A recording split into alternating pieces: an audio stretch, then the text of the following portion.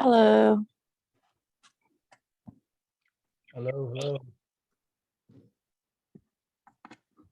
All right.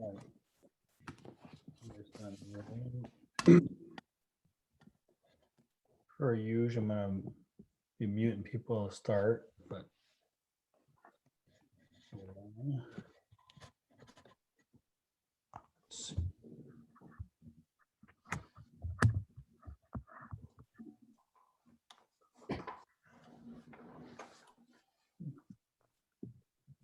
All right, you all can hear me though, right? Yeah. Perfect. Let's see.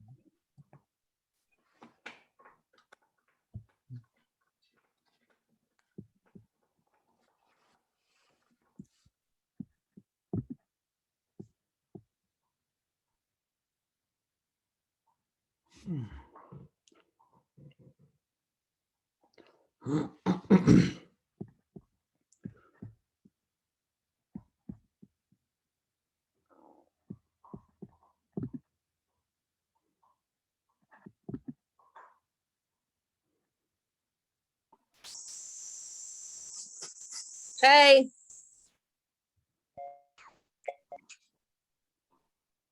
Hello. How are you? Good. How's everybody? Good, good. Marina, what do you got? Little pigtail, little kitty. Hi, Brandon. Portia. How do you do the just pretty picture here still, Lauren? How do you do that? You just go into settings and you can put a picture. I have to do a lot of Zoom calls for work and I'm usually on the road. So that way it just sits still and they don't see the background.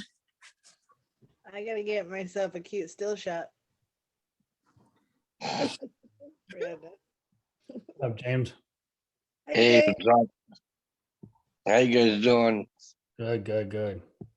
I'm beat. Yeah. Got up at 4. I'm up at Cuba Lake. Oh, Worked 12 hours today. that's what I'm talking about. Put it in.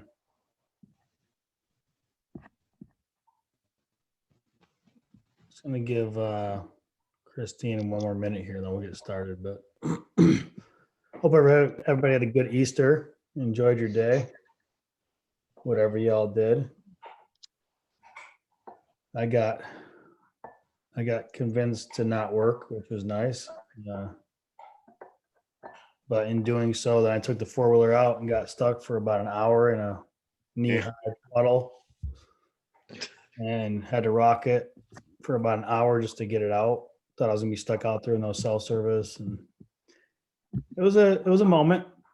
No phone, no cell, no contact, just me, middle of the woods, stuck knee high in a pile of mud.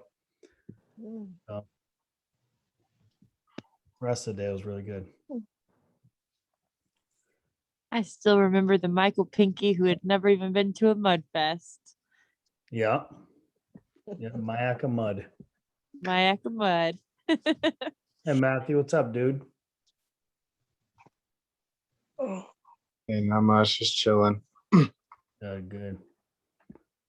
Hi, Matthew. Hello. Let's jump in here. I got a little bit shorter one today, and I want to hear from you guys. And I'll tell you why. But yeah, let's just jump into the topic today. Like I said, I'm going to mute everybody at start, and then obviously just raise your hand if anyone's going to say something. I'll stop talking and let you talk, and we'll go from there. Anybody else joins, they can play catch up a little bit. But so obviously, we this is going a cappella. This is on our own until, for at least for the Zoe ones, until they return in May. But it's the same every week, right? We're doing the same things. So, I don't know if you guys did watch the message from Chad this past Sunday. His Easter was really good. But something else came up a little on my heart, probably last couple weeks, but in the title of when I post, talking about trust everyone to be themselves, but trust in the fact that you can see them well.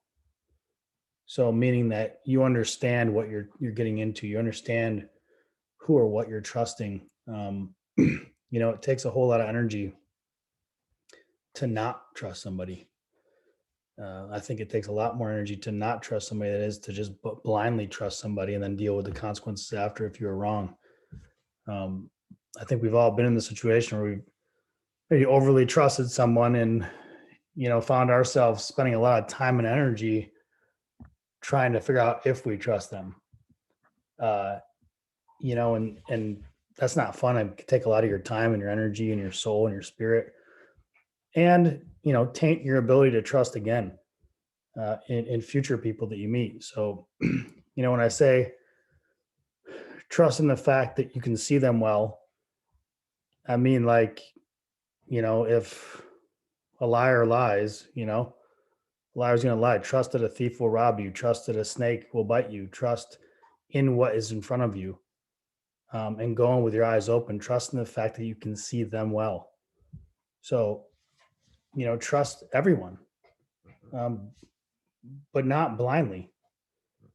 Go with your eyes open, know what's in front of you, see them well, and understand what you're getting for, and then lead with trust. Faith takes a whole lot of trust. It takes a ton of trust. It takes almost blindly trust. Like you have to believe in what came before you to know God and have a deep faith in something that some of us haven't even witnessed with our own eyes, right? Some of us have witnessed his workings in front of us, but I'm saying like, we're talking about a book and stories from nobody here would ever have witnessed with their own eyes, but we see it every day, right? I mean, we have to trust in that what happened and the stories that were told and that passed along. And that's a huge trust to ask. But look what was done for us. Easter is the time to talk about that, right? I mean, just the ultimate sacrifice. We celebrate this as resurrection, not the whole like chocolate bunnies and egg hunts, which is our American version of most of our holidays, right? But it's a pretty important day, talking about Jesus Christ being crucified and then resurrection. But there could be a lot of people that lost hope and trust during that time, that were touched by somebody that they trusted and believed it would be something, and then watched him crucified and taken from this place. That could have been I don't even know what that could have been like as someone you looked at or looked up to or looked as a miracle worker or witnessed certain miracles and been like, watched everybody else turn on him and crucify him. It must have been a challenging time for the people that were all in that trusted him blindly. So, kind of lines up with the holiday, if you will. But I wanted to ask you guys, do you lead with trust, or are you someone that makes people earn it from you? I want you to think about that for a minute. I mean, do you when you meet somebody new, are you like, look, I'm gonna trust where I am at the time. I'm gonna meet people because I trust how I'm living my life, and I'm just gonna trust what's in front of me? Or are you someone that is a little bit more wary and that you spend time making that person earn that trust for you? That's a pretty important question that I didn't even ask myself until maybe a week ago. But I think it's an important distinction to be clear about when you meet people. How are you leading into that with your trust? And then however you answer that, the second part, do you see well?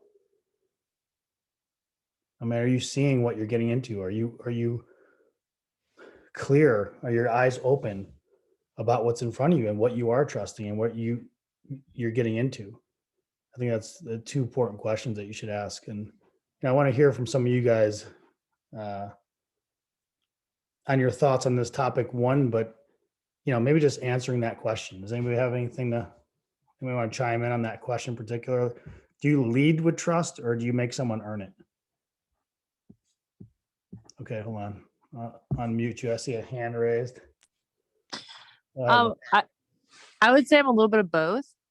I try to go in knowing that the person hasn't, if they haven't, done something to break my trust, then I try to go in unbiased and let them prove me wrong, I guess. Um, but I've also trusted blindly and had it bite me in the ass before. So I think it's a little bit of both that, you know, like I said, try to give everybody the opportunity, unjudged, unbiased on everything. But I think, a little bit of just past traumas, past stuff kind of bleeds into it, even though I try, not to let it. Good, I love it. So it's a little bit of a blend for you. Who else? Who else wants to answer? Ooh, quiet. There. Hold on a second. You and Amber, Marina and Amber racing to the finish line. Who wants to go first? Amber, you're unmuted. Okay, I mean, I think it's an evolutionary process in all of our lives, right? We learn trust, we learn not to trust, probably from the first people around us. And I mean, now in my life, I feel like I have spidey senses, kind of. What's that book we read a bunch of years ago where they talked about how our body can actually tell us what the answer is before we physically can say the answer? Before we even consciously know, subconsciously we know what the answer is. It's a yes or a no with people. And I'm typically, just me personally, more vibrationally. I kind of know in the first 30 seconds, but I really like when somebody throws me off and I might not trust them in the gate. There's something there. There's an old trigger or something that says, it's a no. But then maybe they show me later the slow reveal that I can trust them. But yeah, I try to give people the benefit of the doubt. I mean, sometimes it's just a clear no because of the wisdom I have so far, and sometimes it's you know, what do they say? What do they say about like once, if you do it once, I'm a fool, or it's okay, but twice and I'm the fool, or you know what I mean? Fool me once, Yeah, yeah. type thing. Yeah, fool me once, shame on you. Fool me twice, shame on me. Yeah. Yeah, Bush said it the best, or didn't say it. Marina, would you want to say something? Hold on a second. Let me unmute you. So I've struggled with like depression for a few serious years of my life, and I noticed I was so cautious and so afraid to just trust anyone. I had walls up all the time. You didn't need to know me. You didn't need to know what was really going on. And it wasn't until I started like flipping my perspective on everything and just trusting people up front that I started to like just feel happy for no reason again. And I think like something that I wrote to myself was some of those like happy and sincere, awesome moments of my life were that way because I didn't let somebody hang on to my peace because I was worried about if I should trust them or not. Mm. I was able to like keep that for myself and just feel good, because if I'm a person that I feel like I should be trusted, why can't I just do that for somebody else? Love that. Love that. Love that. That's amazing. That's it right there. I think a little bit. That's what she said was key there about what is taking away from you by not, or by, right? Either answer.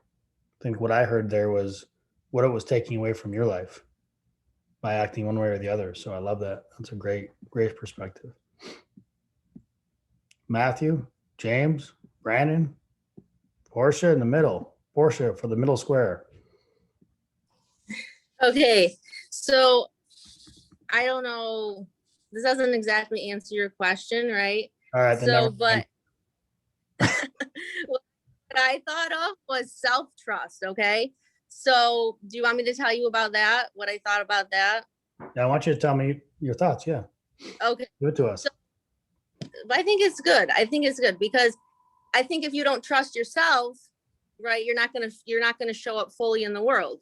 You know what I'm saying? So how I feel about this, trusting yourself really means that you're bringing your true self to the world and everything that you do and how you do it. And so again, we always talk about how we're so quick to get caught up and judge ourselves and comparing and all the things, and that's where people are giving their power away. So when they're not trusting themselves, they're trusting in losing their own identity, and they're not having it's not even about confidence, because I think trusting yourself is it's believing for what you stand for. You know, you believe in what you stand for and how you define yourself as a person. I think people have a hard time with that because they don't stay accountable. So most people quickly fall back into the comfort of what other people want them to be. So then they're selling themselves short. You know, so they're trusting and they're not it's going to be challenging. You know, it's going to be hard to change, and people don't want to do that. And but that's what the empowerment is, and that's what leads to the opportunities and abundance. And I read this quote once, and it said, "A wise man forfeits his fortune if he does not trust himself."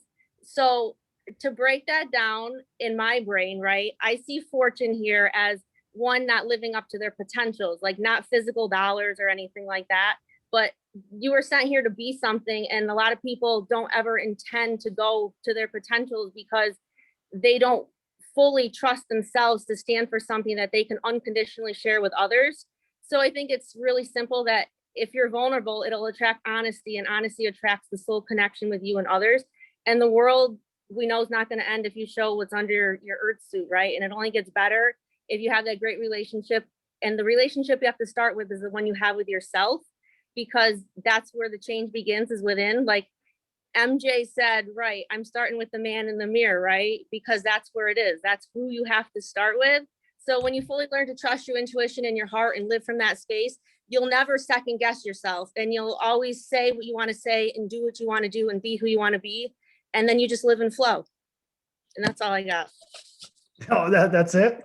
Just profound words. Love you. That's great. That's amazing. I mean, I like that you twisted my question a little bit and brought it right back to it, because that is, we talk about that a lot here, don't we? It starts with the self, right? And the love for yourself and trust for yourself. You can't give what you don't have to give. So I love that. Appreciate that. Matthew, James, Brandon, hello. How you guys doing? There you go. I got you. Brandon, go ahead. There Can you are. hear me? Yes, sir. All right. For a little while, there was a time where I was like hesitant and cautious, especially when it came to friendship, because when I was 13 years old, I lost my best friend in a car accident. And it took me a lot of years to open up and start trusting other people, because I felt like if I opened up or tried to be friends with somebody else, I was going to replace him. And it was something that was very hard for me. And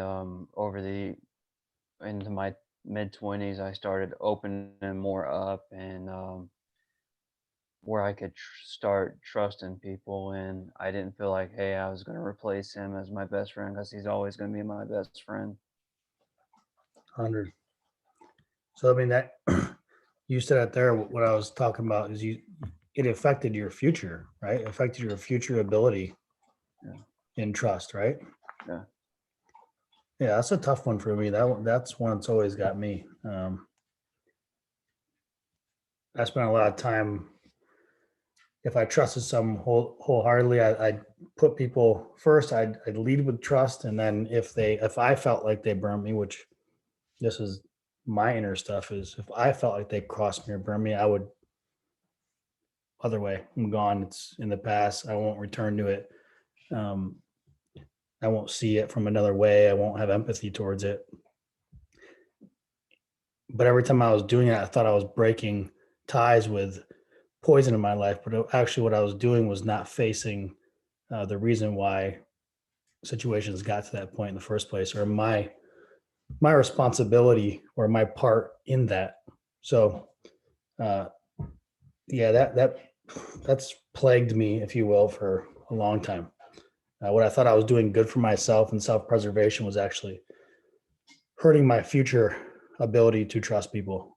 And that's what I've always done. I feel better that way when I do that. I feel better when I let somebody in and allow them the chance to do right or wrong by it. Like, I don't have any expectation, but I started losing that because of the way I looked at it. So appreciate you bringing that up. Matthew. What's up? Man, are you up? You sleeping? You sick? No, forgive me. My spirit's kind of low today, but Perfect day for this. What was that? Perfect day for this, man. Right. Yeah, just some stuff I'm going through right now. But honestly, I think I got like trust issues. So I'm kind of more of like a you gotta prove it to me first type person. But I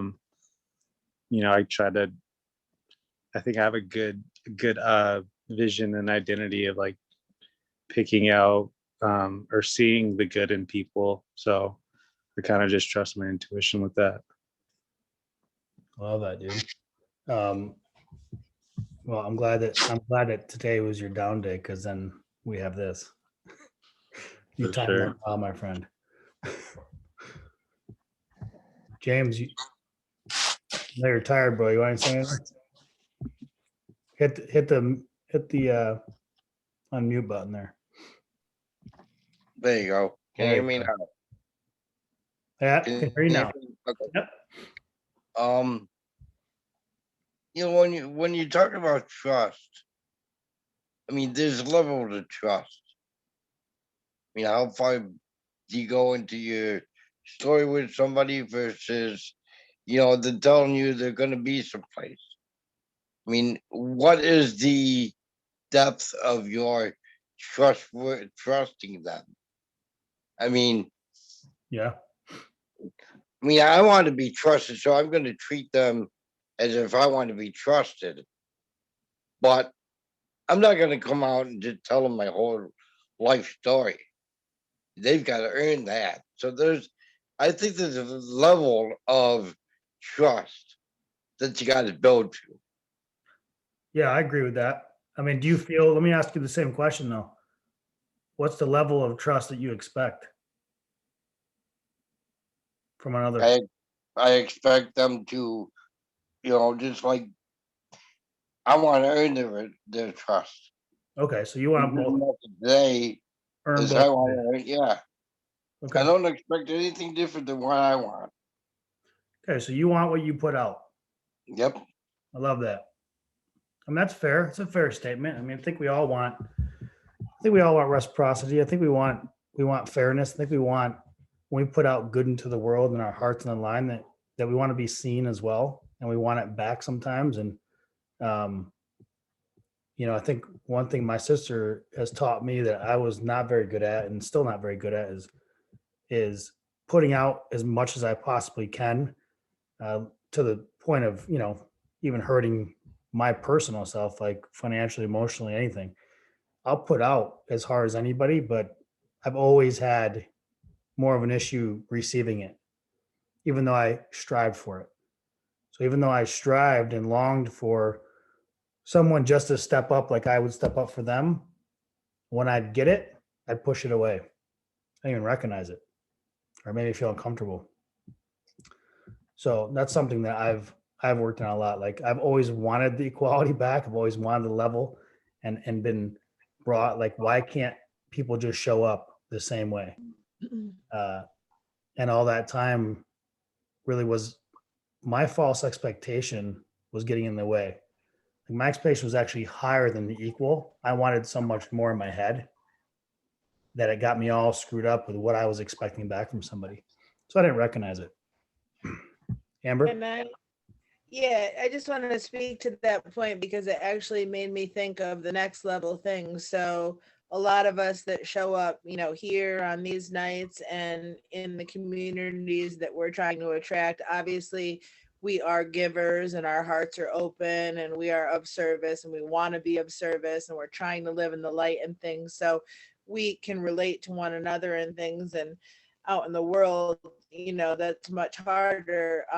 And oftentimes we all struggle also with that, not being able to receive it or recognize it, even to trust it. Sometimes I have the opposite of what I said earlier. I will have a perfectly wonderful person in front of me trying to love me in all the ways possible, even if it's a family member, and not necessarily trusting it just based on what I'm projecting.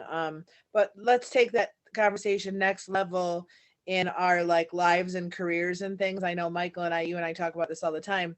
How about like, wow, the grand experiment that God created us all and then is going to trust us to like not fuck shit up, right? Like, which we're doing constantly. Yeah. Right. So God says, here you are. Here's the perfect miracle. Here's life. You can have free will. You can have bliss, animals, food, adventure, laughter, joy, tears, every range of emotion. The absolute miracle it is to be us, right? And so, ultimate trust fall. Sorry, my internet is unstable. I don't know why, but We can hear you. so God gives us this ultimate trust fall.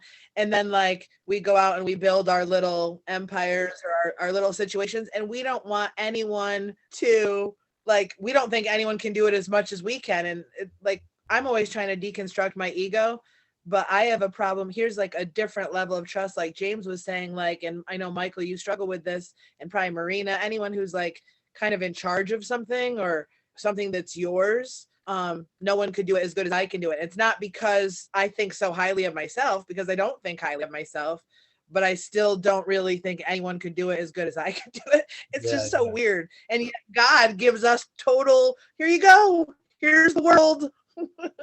It's incredible. So we have to work on that level too. Like it's a whole other.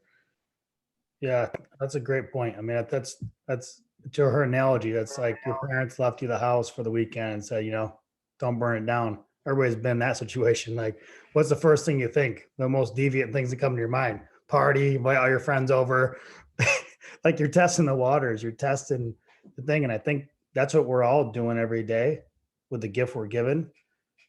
Some of us are purposely trying to test the gift that's been given to us, this life that's been given to us. And sometimes it feels bad when we're doing it, we're putting ourselves down or putting ourselves in bad situations or drugs, alcohol, depression, whatever it is. I mean, we have a lot of control of how we treat ourselves. And I think sometimes we do test the gift, to Amber's point. But I wanted to just touch back on Matthew. You said you're having a down day, and I almost didn't do the thing tonight. I almost canceled it because I was actually having the same day. I don't know where it came from. I don't know why it came. Nothing particular comes to my mind, but I was having a really tough day, like trying to get motivated and just try to even muster up even doing this, which made me feel worse because this is what I love. I love every Monday coming to this. But before I decide not to do it, all I can think about is how literally on my down days, this is what during my week, this is what helps me get my weeks like jacked up and get going. So, I have a responsibility, one, to you guys just being here, like for me, and for two, I need you guys just as much. I might lead these things or like start the topics, but I need you guys just as much as you might need this group or not. So I appreciate y'all for showing up all the time because I had the same day, dude. We all got them. So I will say, I think working through some of these trust issues, where I say like recognize the trust is probably stems mostly, I think why I felt it the most was probably because Easter was here. And for years of my life, I used, Easter for me was like a thought process day. It was like, I wanted to think about all the things. Why are we celebrating Easter? Like, because for a lot of years I questioned faith and church and everything. So for me, when holidays come up, it's always like this like educational day for me. I want to question as many things as possible and try to get to the bottom of them. And like, I think this is the first year I kind of let it down, like my fight with it. So actually I had a good Easter. I usually don't like holidays. I usually don't like birthdays, stuff like that. I mean, I was gonna go work, and Amber made me stay home and not work, and it's like, okay. I think, Michael, I actually thought about you and accepting this holiday because leading up to it, and Jay and a couple other people, I was thinking, well, I guess I should just find somewhere to serve food or something, because no one in I only have you now, and I have a couple of my friends or whatever that are kind of lonely hearts or not with their families, and I thought, well, I mean, doesn't look like anybody's gonna really do anything, and this and that. Marina's working, all these things, so I was just kind of gearing up for nothing, like it's going to be nothing or whatever. And I thought about you, and I thought, I wonder if, because of your connection with Zoe Group and this year and where you are and your connection with God and this newfound place, that you will start to embrace these days and not lock the door like Dad did on us and just shut it down and be open. And I was really grateful to spend the day with family and friends and be able to just have just a day to just kind of, be. But I wanted to say one thing before, we still have like 8 minutes, but I wanted to, if we have time, I just thought, if everybody here trusted that they would get what they wanted. Michael, you said this to me a long time ago. You said, very rarely does anyone ever say to you, and it was really about me and you, but like, just what do you need in this moment? And Yeah. so if we asked everybody here tonight, if I asked Matthew, James, Marina, Brandon, Lauren, Michael, yourself, Portia, what do you need? If you could trust that you could get it right now, can everybody go around and just say one simple sentence, not a whole thing, just what do you need right now? And to it, and trust that it'll come to us because of our faith in God and what we're doing here. I need connection. Yeah. To be happy. I mean, Matthew, what do you need right now? I need money and a new living situation. Love it. Okay. Luckily, there's only one amount of money in the world, so we can make that happen, even if we have to panhandle. And you can go on a site and say, I need a roommate, and describe the roommate kind of like a dating site, but like, and you might, that dream roommate might live next door. You don't even know. James, For sure. You gotta unmute, James. You gotta unmute. I'm trying to think about what it is. Because right now I'm happy with what I got. All right, so just a There you dance go. partner, right? Dance partner. Yeah, there you go. Yeah. More There you go. dancing. Never enough dancing, James. No, never know. Lauren, what do you need? That's a tough question. I'm with James. And just exactly what I want. I'm pretty content. I've got some struggles that I'm working through, but I've been doing just a lot of self-reflection and journaling, and I'm happy where I'm at and the progress that I'm making. So right now I'm pretty content. Well, that's awesome. Yay. Brandon. You there? There you go. Yeah, can you hear me? Yep. Yep. All right. I'm pretty content with what I got right now. I'm happy to just be seizure free. Gosh, that's Hey, speak on that, Brandon. Please share with the group, because I know you have a huge milestone you just hit. Please share Oh, with the rest, everybody. I'm 972 days seizure free. That is awesome, Brandon. So Thank I you. am 3.5 weeks seizure free right now. So I am Wow. right there with you. Yeah. Wow. That's awesome. Brandon has, I'm sure you guys follow him on Instagram or Facebook, but if you don't Brandon, through his journey with what happened with Tim Tebow and praying over him the day that he had that seizure at the baseball field, since then has inspired so much from just his journey now and fighting back and his relationship with God and saying no and making sure he does everything for himself to be seizure free. But just all the people that step up for you and still recognize you and are calling you out, and that's amazing, dude. I mean, it's unbelievable. Appreciate you. Marina, what do you need? There you go. Go ahead. Maybe it's not something I need, but something that I really want and have been craving in my soul is I just miss my mother so much. Just in Florida for the winter. It's not like she's my best friend. When she's in town, that's the only person I want to sit and have coffee with. And I do actually get to see her next week. So I am looking forward to that.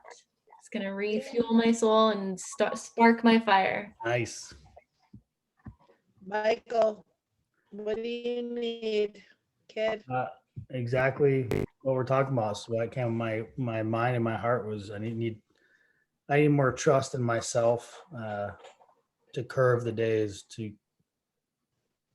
to look at my totality of my life as a bigger picture than every single thing I'm doing every single minute. So that's why this topic came to my heart. I mean, I need more trust in myself. I mean, I need to step up more for myself